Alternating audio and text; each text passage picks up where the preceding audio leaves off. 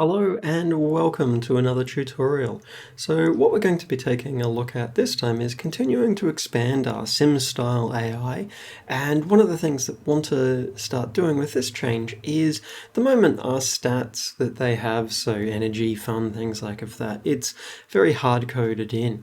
So I want to actually set up so that we can vary the number of stats and that the stats is actually all data driven, and that we can also have the option to have some ones where a stat might be a visible one and it might actually be something that's hidden. So that allows us to have some more complexity that under the hood and then have that only just a simplified version displayed to the player.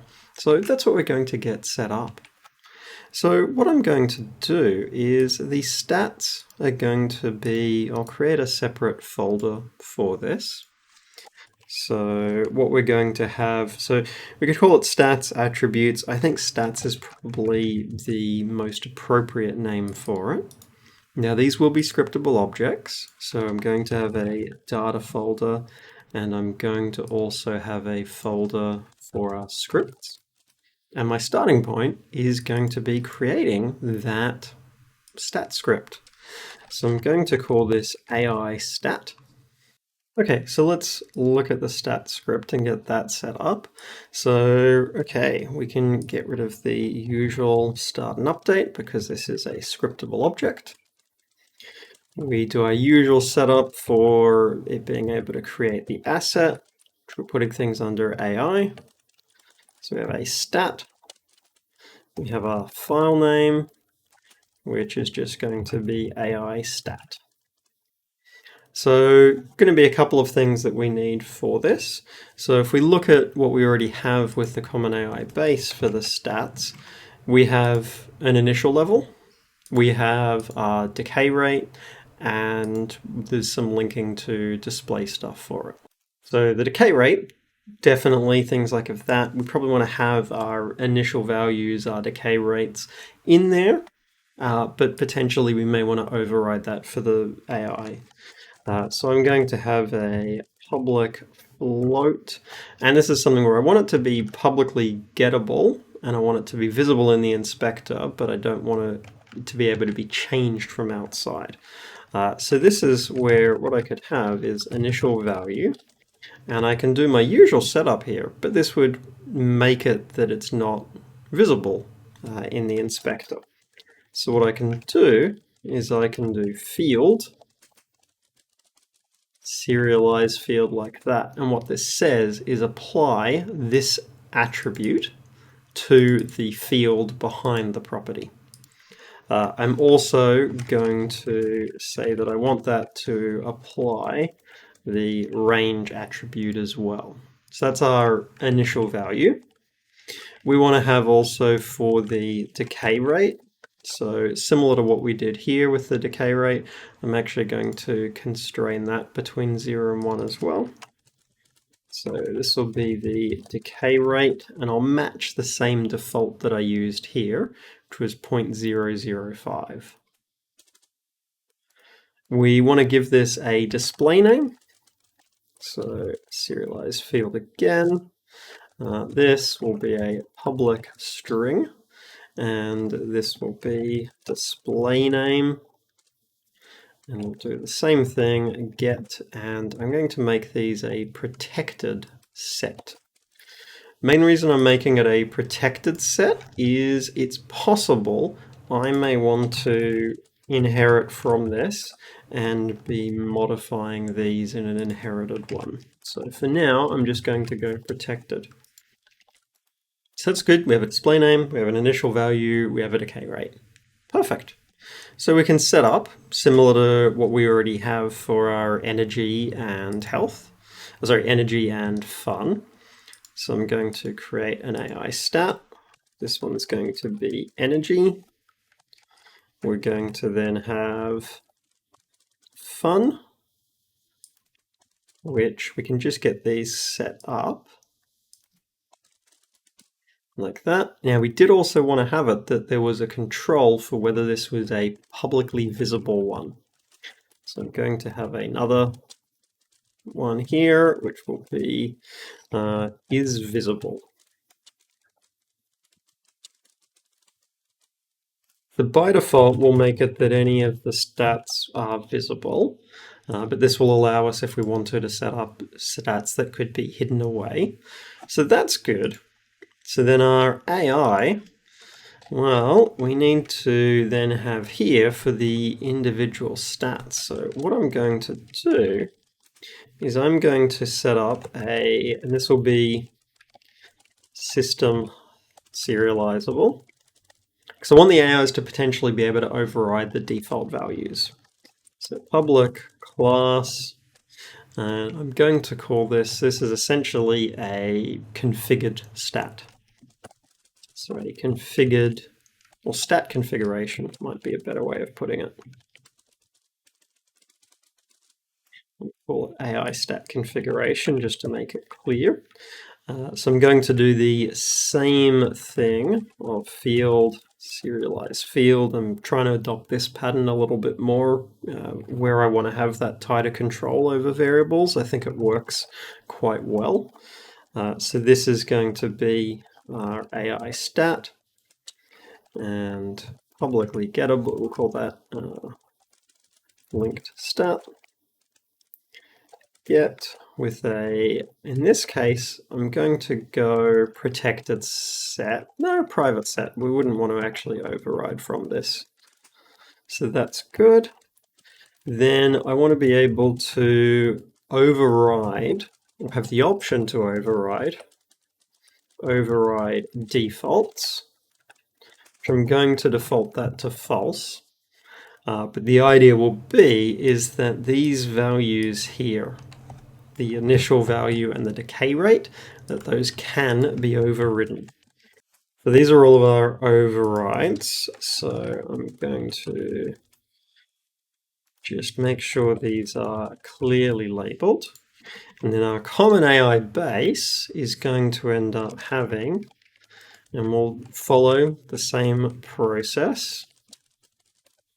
And this will have, and we might, the stats aren't really, we're expecting them to change. So what I'm going to do is have this be an array, and this will just be referred to as stats. So this will allow us to set these up for each of the AIs. I'm going to go to the prefab and actually remove the simple AI script. And then in the not so simple one in the prefab, I'm going to add in 2 entries.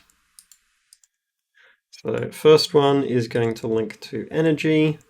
Second one is going to link to fun. Now we're not overriding any of these values, and I'm okay with the default being down at 0 in this case, because if it's an override, I think there's an expectation that it should start at an initial odd value. So I'm happy with that as the default there. So now our 2 AIs have their stats. So what I'm going to do is one of them, I'm actually going to override their energy stat, and they will start super energized. So that will change our setup there. Now gets to be the part where we need to go and make a lot of updates, because we have a lot of things that rely on using eStat, and that all needs to change. So when you have to do an update like this, when it's quite a large change, there's a lot of different ways of approaching it. My general recommendation is I firstly make sure that the change is really isolated. So if there's uncommitted things, I will either stash them, commit them, so that I'm working with a clean set of commits that are just for making that sort of larger change. And then I make the change in generally a breaking way. So in this case, eStat needs to go away. So I'm going to go for deleting it. And now that is immediately going to introduce lots and lots of errors, which is great. We actually want that, because what we do then is we use the compiler to track down and fix the problems. So what I'm going to be doing is, in most cases, wherever it was looking at eStat, it actually needs to apply to AI stat. And then we can see, okay, well, this trait, that function is going to need to change. These ones here, change that. Now we'll need to look at how we store those current values. But if we remember, we already set these up so they had a blackboard for storing information in. So we'll end up updating that. Now, updating things for the decay rate, we're going to need to have something where it goes through all of the stats and decay them. That's all right. We work through this bit by bit.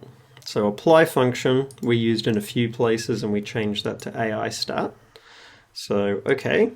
Let's follow that thread through because that changes to AI stat, which that means the setup up here has to change, which also means this changes as well. And I'm going to actually change it where I rename it as well. It's a different type, but it's also something where it's linking to something. So I usually try and incorporate the name into that. So that'll mean we have a few less errors here. Now there's going to be other areas where we have errors as well. So again, what I would recommend doing is you regularly go back and check on the stuff. So, and interactions, those can make changes to stats. So those also need to update. So again, we make these breaking changes. So updating individual stat for the performer. We know that has to change. That already has been updated there. So we just keep regularly sort of going back and checking. Now, it won't always update stuff super rapidly. Sometimes it does take a bit of time. Just make sure you're regularly saving. The not so simple AI, again, this needs to change. And again, I'm going to rename that. So this is something where we're going to need our not so simple AI needs to be able to get the current value of a particular stat. So we're going to need to be able to have something that's get stat value linked stat, because the rest of that will need to go away. So this is something we need to update as well. So that will be the linked stat. So common AI base is going to need this as a function. So it's going to need a public float get stat value AI stat linked stat, which for now I'm just going to have it return 0. We will come through and update that. So this, I'm going to rename these as well. So that's looking better. I'm going to make sure everything's saved, just see where we're getting other errors. So we know the interaction side of things is going to have issues. So that needs to become linked stat. So with some of these, you'll make a change and it might remove a bunch of errors. Other ones, you'll make a change and it might result in there being more errors. That's because what we're doing is quite significantly affecting how it's compiling the code. So now we're largely down to, we have the stuff here in update. So I'm going to just briefly comment that out. And we have stuff down here. I just want to get a sense of, are these all of the remaining things? That just gives me an idea of, okay, are there other bits I need to update? And we can see, no. So these are the 2 remaining bits. And if we look at what these are doing, these are both, unsurprisingly, these are the functions related to updating the stats, to modifying the values, and we're also going to need ones for retrieving values. So, okay, we've got a couple of things here that are sort of where we're setting values for stuff. So what we should be doing is the blackboard makes it really easy for us actually storing all of this stuff.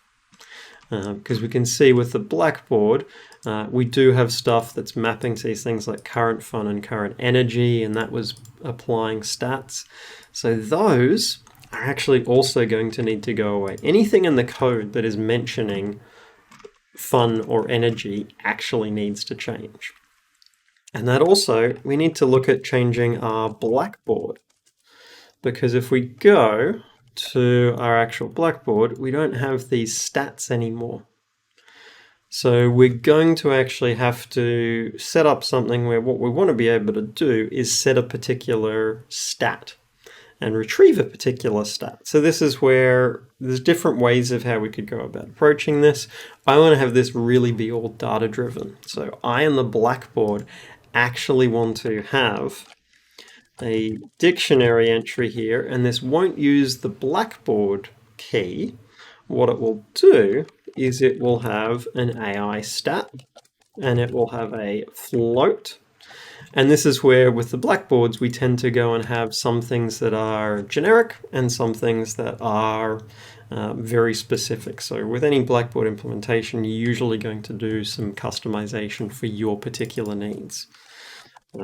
So AI stats is what I'm going to call that, AI stat values. So it uses our AI stat as the key. We're going to get rid of energy and fun. What we're going to need is a full set of these getters and setters. So what I would do is I would chuck in a lot of extra spacing so we know which ones we're updating. And so these, they won't take a blackboard key. They will take a AI stat, and the value is a float. So that updates the an AI stat value. And then we'd have a similar thing with our get. We need to be able to pass in that linked stat. And same for the try get. That returns a float. We make sure we link to the correct thing. And here we would say display name. And in our AI stats, so we have a similar setup down here. So a lot of the stuff is very similar. The principle is identical for what we're doing. That becomes a float, as does that. Now we want to update the name of these. So this should be set stat, get stat, and try get stat. So now this will give us a way of storing those. Every AI can store them. They're linked against the keys. So if we go back over to our setup here, so get becomes much easier. What we would be able to do is we would be able to say, okay, individual blackboard, get stat, linked stat. So it becomes a little bit easier for accessing those.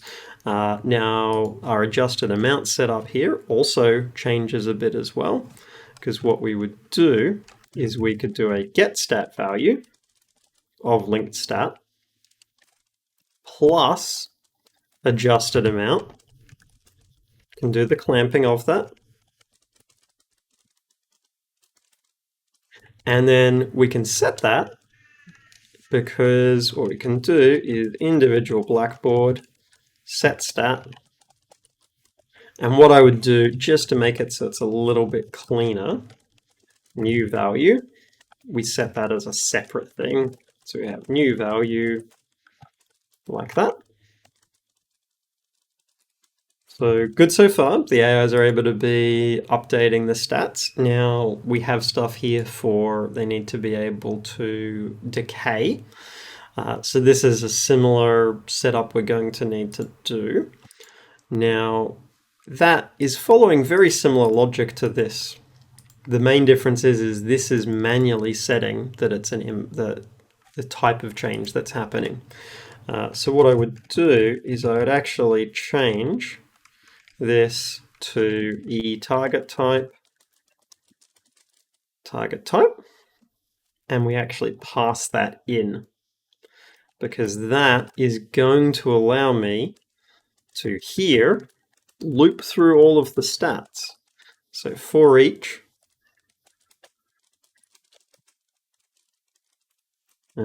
in our stat configuration. So this is our stat config.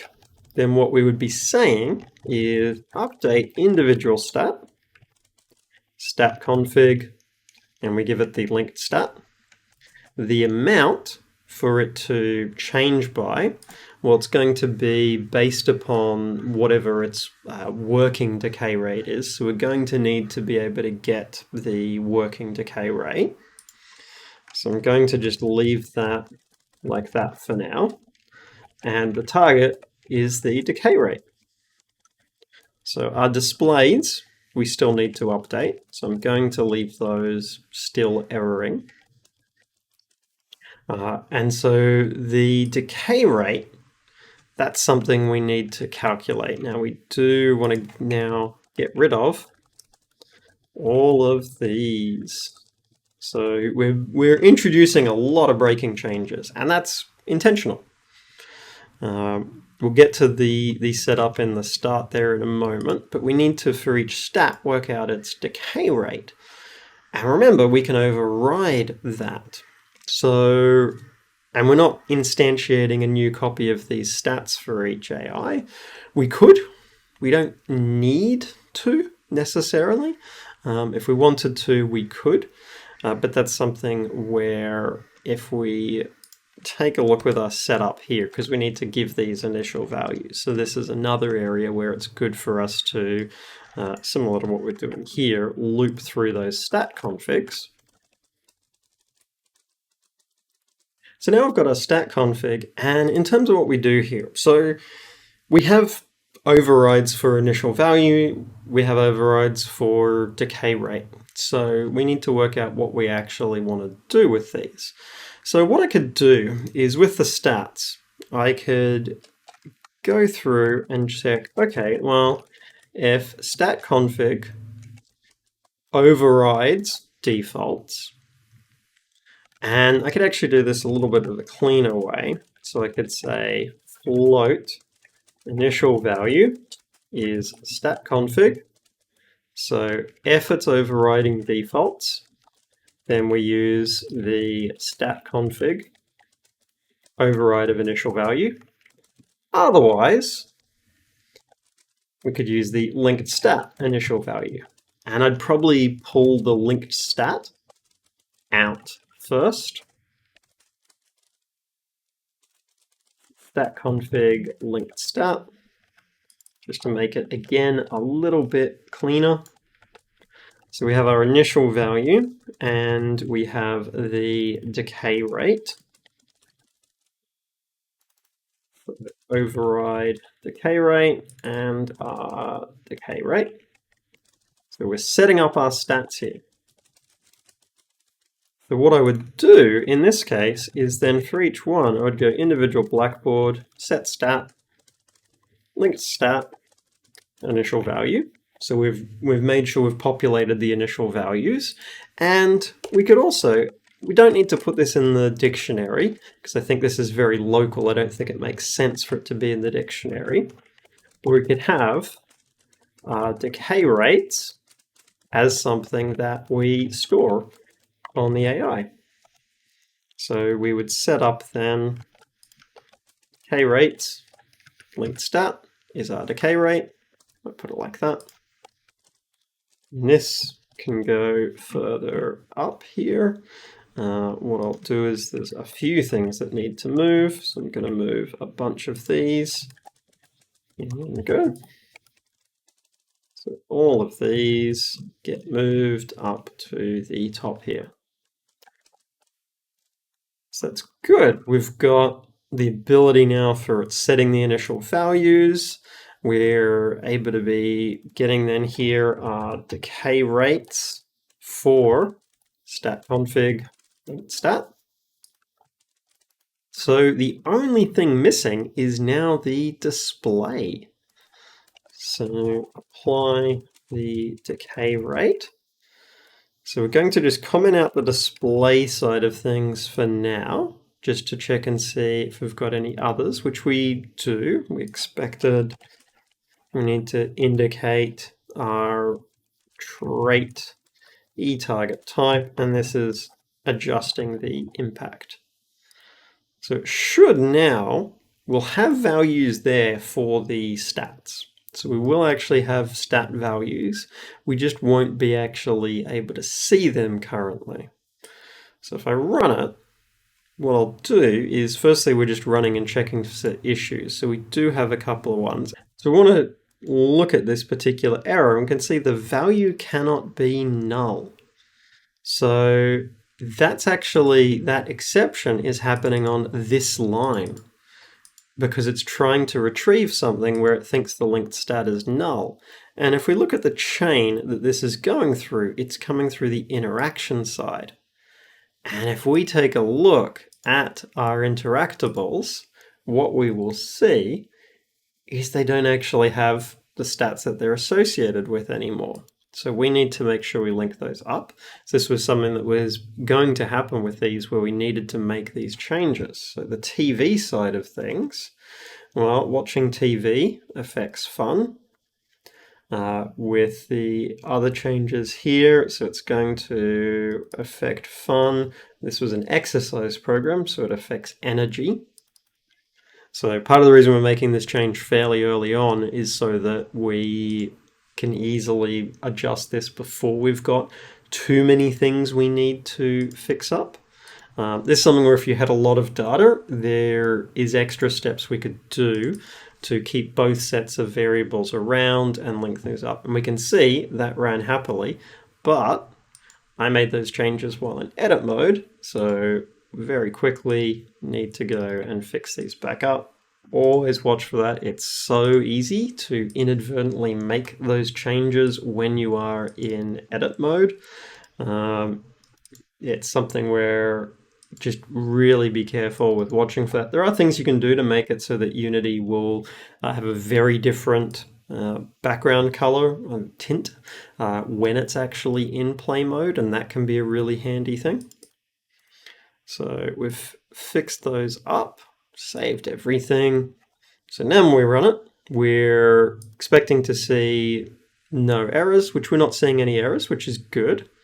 And their stats would be changing. So while they're running, we can't at the moment easily see the stats of things, but we could go and take a look and see what's happening here, for example, in our update individual stats. So we could see it does have an adjusted amount. It is working out a new value. So it's retrieved the value of that stat. We'd be able to do a similar thing checking that decaying is happening. So if we go in here for the decaying, it's going to jump through a few different particular ones, but we can then see the amount that it's trying to decay by, and we can see that it will work out our new value there. So that's looking good. Now the decay rates, that actually should be a negative though. So decay rates should be that and should be scaled by time delta time. So what we probably find is that they're decaying the values far too rapidly. So that's something we want to be mindful of with that. So, okay, it seems like it should be working, but we want these displays of the stats to be able to be updated. So this is where our UI now needs to become aware of those particular stats. So our feedback UI, at the moment, we've got these little panels here. And what I want to do is I want to now set up a system for the UI. So this is going to be the AI, I'll just call it the AI user interface. And this is going to get a script in it. So this is going to be the feedback UI panel. And we'll also have a AI stat panel. So we're going to have an AI stat panel because the idea is going to be we just spawn in the number of ones we need. So we're going to be able to, and I'll do a lot of these changes in the actual prefab. It's going to be the better place to be doing this. So what I'm going to set up, and we'll just put in these in a scripts folder,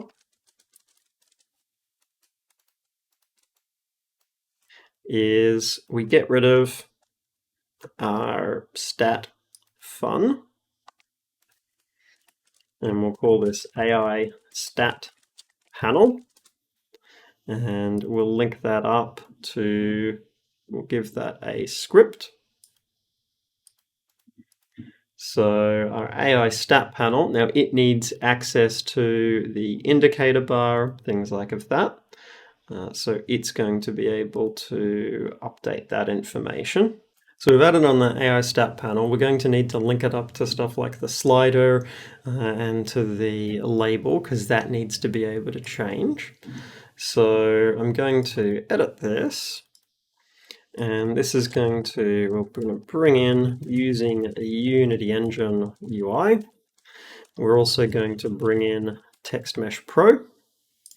And then what I will do is set up here. So it will have a, in this case, serialized field, because it doesn't need this to be a property. We'll have a protected Text Mesh Pro UGUI, stat name. We will then also have a protected slider for stat value. And this is then going to internally, we'll have a AI stat, linked stat. And then what I usually do is I would have a bind function where we pass in the stat, and then when we set everything, so I'd give it, we don't need to give it an initial value, but I think in this case it would be good to give it that. So I would then say stat value, and we can just set the value directly. We can also do set value without notify. It's not really going to make a difference in this case because we're not hooking into any notifications, but just so that it's not doing extra work, I will use the without notify. Then we use stat name text is equal to linked stat and display name.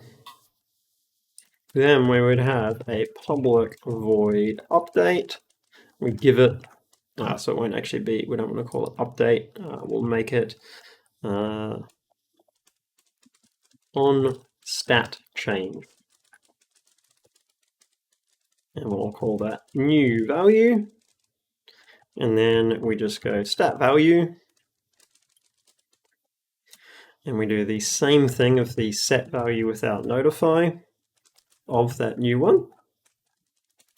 So then we'll link that up and we'll turn this into a prefab, because the feedback UI will then spawn each one of these that it actually needs. So we link up the slider, we'll link up this.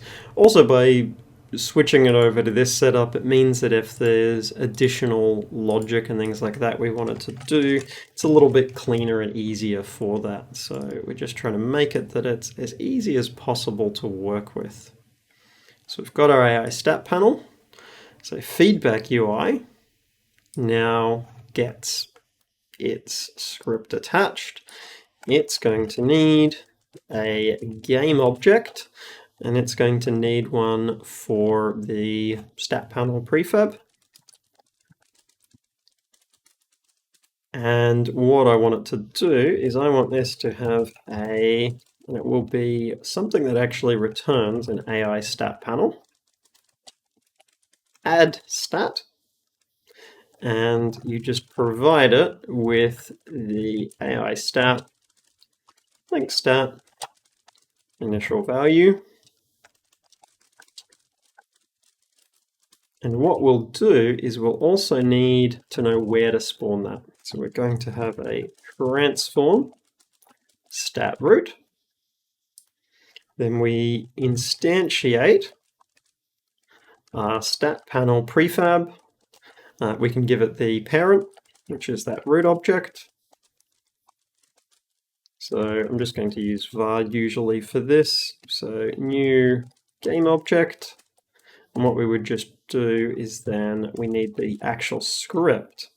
So stat panel logic. We'd grab our new game object, get component, AI stat. Now this, I'm not writing any specific error handling code because this is something where I kind of want it to crash if it actually has any issues, because it should. That should be AI stat panel. We don't want it to fail silently, we want it to fail noisily. Then I bind that to the particular stat and give it the initial value. So it can now have that prefab and everything linked up, so it will be able to spawn all of those. So the root is just on that panel. We won't need that prefab anymore, so I will actually get rid of that.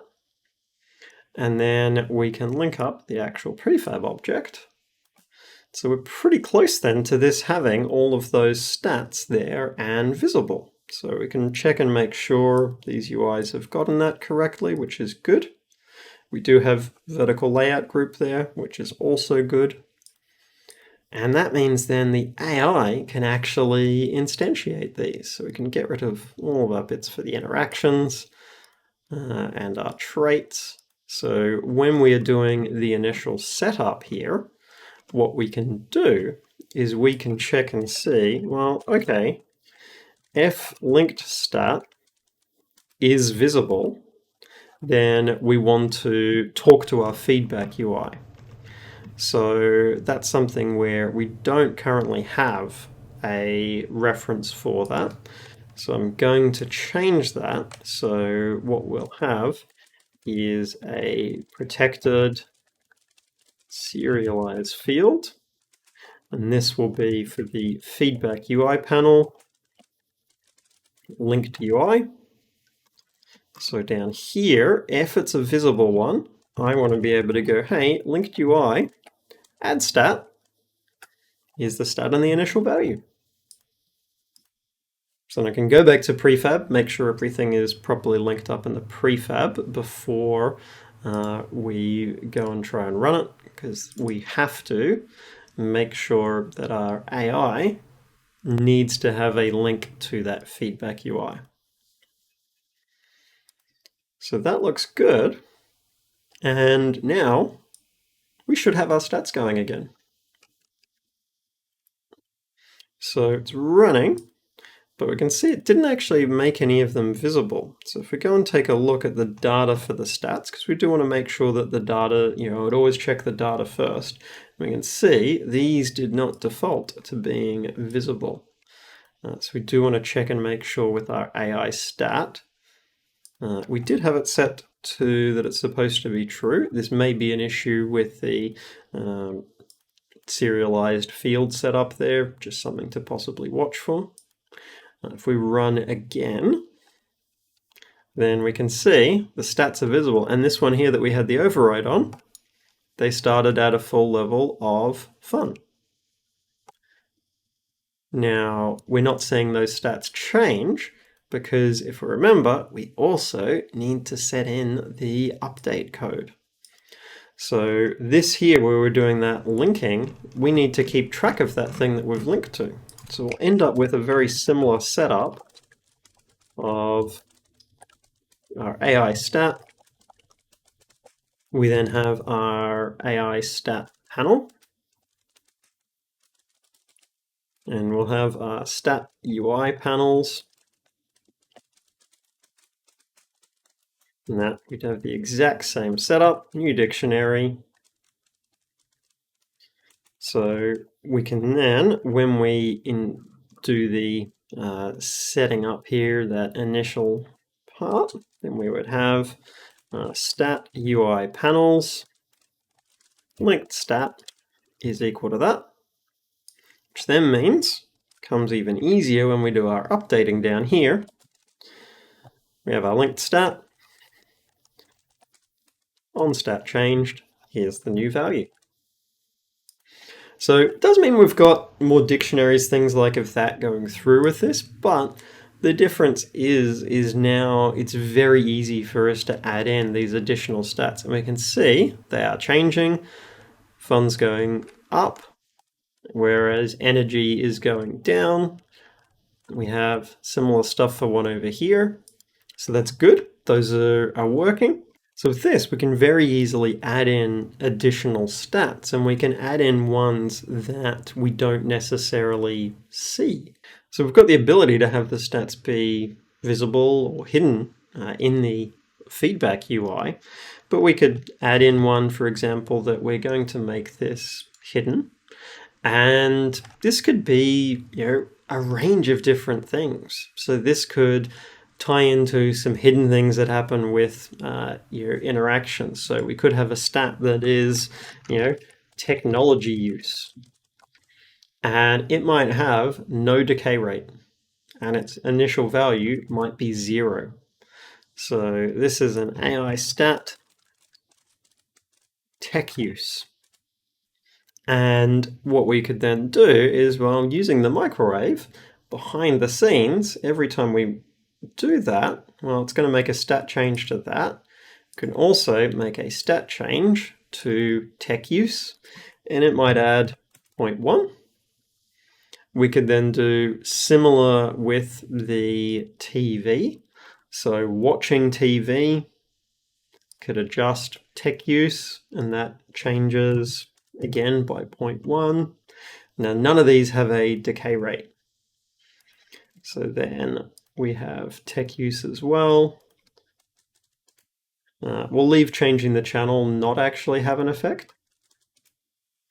And then the bookshelves would decrease that. So the bookshelves, we're going to add in, so we can't actually mess with both of those at the same time. So what we're going to do is that links to tech use, and that will be a minus 0.1. Whereas the other bookshelf, which has less interesting books based upon the amount of fun that it's adding, that tech use is also minus 0.1. So now I had this hidden stat there that's keeping track of, how much are they using technology. And so we could have stuff kick off based upon that. Now we don't have that visible, so when we run it, we won't see that in our panel. Now we do see here, we don't get a value for technology use in the stats. And that's because we have things that are affecting it, but we haven't given the AIs that stat. So we're going to come in here and give each of them tech use. So they both get the tech use stat, but we don't, in either case, override any of the values, and we just leave it at the defaults. So if we don't have the keys, then it gives us nice clear errors. Now, in this case, we've got a couple of other things because we haven't checked for if stuff is visible. So we need to then check here if linked stat is visible, then we try and update it. So it just keeps it a little bit cleaner. So it won't try and update ones that we can't see, but we do now have ones that will be hidden in the background. So tech use will be actually changing, we just won't be able to directly see it. So we've set up that technology stat, and we've fixed up the error so that it's not just trying to display it. Now, it's not a visible one, but in terms of how we use it, we could start to have things where, okay, if an AI's tech use stays very high for a long period, then we give them a trait that might reward use of technology, or it might punish not using technology. So it allows us to very easily set up a lot of stuff that we data drive. And that's the big advantage with this. By data driving a lot of these things, it then means that we can iterate on stuff really quickly. Now, especially early on in development for something, you might be changing and experimenting with what stats you use. So this lets you do that experimentation. And later on, you might change these back to being something that's hard-coded. But you're able to do that really rapid iteration early on. And you might still even, if you do go to hard-coded, keep the system for being able to track some of that hidden information, which can be really handy. So that's working quite well. Now, we look when it spawns the feedback panels. They all have the same name, so thing we want to do just for making our lives a little bit easier if we're debugging stuff is new game object name is equal to, and we'll just call this stat, and linked stat display name. Just makes it a little bit cleaner and neater so that we can be able to see those, which is going to be really handy.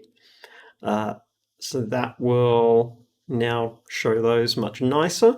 So although we intend for the technology stat to be hidden, we can actually just turn that stat on, and then that will just now appear in the UI, and you can see all of them have the 3 stats there. As it's using the technology, the bar's going up, whereas this one over here, staying down. Now this one's overusing the TV, that will increase further again. So we've got that, we can see that it's definitely working, so we can actually turn that off of being visible. Because once we've tested it, made sure that the interfaces are working there, it's unlikely that that's going to be something that breaks, but if it does, we can easily go and turn that stat back on, see it in the UI, and just actually monitor it. So dive on in and experiment with this. See what other stats you might want to be adding in.